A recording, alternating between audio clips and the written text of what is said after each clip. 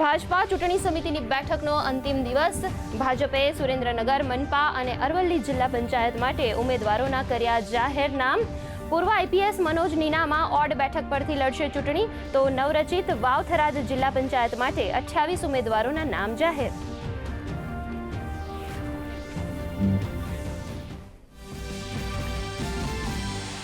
રાજ્યમાં સ્થાનિક સ્વરાજની ચૂંટણીઓનો ધમધમાટ. જામનગર મનપા ચૂંટણી માટે આપ અને કોંગ્રેસના ઉમેદવારોએ ભર્યા ઉમેદવારી પત્રો.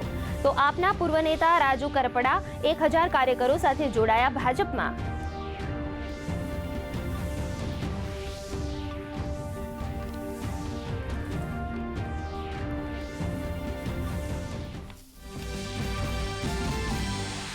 નિષ્પક્ષ મતદાન માટે રાજ્ય ચૂંટણી આયોગનો મોટો નિર્ણય. 34 ઉચ્ચ અધિકારીઓની નિરીક્ષક તરીકે નિમણૂક. અમદાવાદ, સુરત, વડોદરા અને રાજકોટમાં સિનિયર આઈએએસ અધિકારીઓની રહેશે દેખરેખ.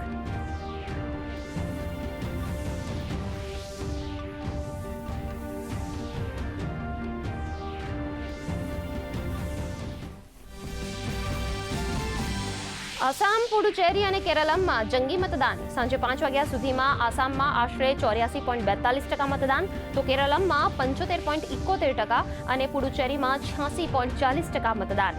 દિગ્ગજ નેતાઓના ભાવિ ઈવીએમમાં થયા સીલ. 4 મે જાહેર થશે પરિણામ.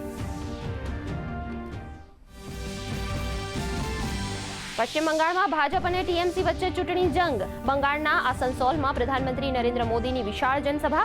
કયું વોટ બેંક માટે ઘૂસણખોરોનો આશ્રય આપી રહી છે રાજ્ય સરકાર. સાથે બીરભૂમથી બંગાળને ટીએમસીના રાજમાંથી મુક્તિ અપાવવા કર્યું આહવાન. તો મમતા બેનર્જીની પાનીહાટીમાંથી જનસભા. દેશમાં એલપીજીની સપ્લાય સામાન્ય અને નિયંત્રણ હેઠળ. કેન્દ્ર સરકારની સ્પષ્ટતા. 15,000 ટનથી વધુ એલપીજી લઈ ગ્રીન આશા પહોંચ્યું નવી મુંબઈ. 6,700 ટન કમર્શિયલ એલપીજીનો જથ્થો કરાયો સીલ. સાથે જ 5 કિલોગ્રામ એલપીજીની સપ્લાય પણ કરાઈ બમણી. પેટ્રોલિયમ અને કુદરતી ગેસ મંત્રાલયે આપી માહિતી. રાજ્યના પોલીસ વડાના અધ્યક્ષ સ્થાને સાયબર સેન્ટર ઓફ એક્સેલન્સની મળી સમીક્ષા બેઠક. નવનિયુક્ત પોલીસ ઇન્સ્પેક્ટરોને સાયબર ક્રાઇમ ક્ષેત્રે પ્રોએક્ટિવ અભિગમ અપનાવવા અપાયું માર્ગદર્શન. હેલ્પલાઇન 1930, ડિજિટલ ફોરેન્સિક અને સાયબર જાગૃતિ જેવા વિષયો પર કરાઈ ચર્ચા. રાજ્યમાં આગામી દિવસોમાં વધશે ગરમી. મહત્તમ તાપમાનમાં 2 થી 4 ડિગ્રીનો થશે વધારો. ભાવનગરમાં સૌથી વધુ 37.5 ડિગ્રી તાપમાન. સૌરાષ્ટ્ર કચ્છમાં ગરમ અને ભેજવાળા પવન ફૂંકાવાની આગાહી.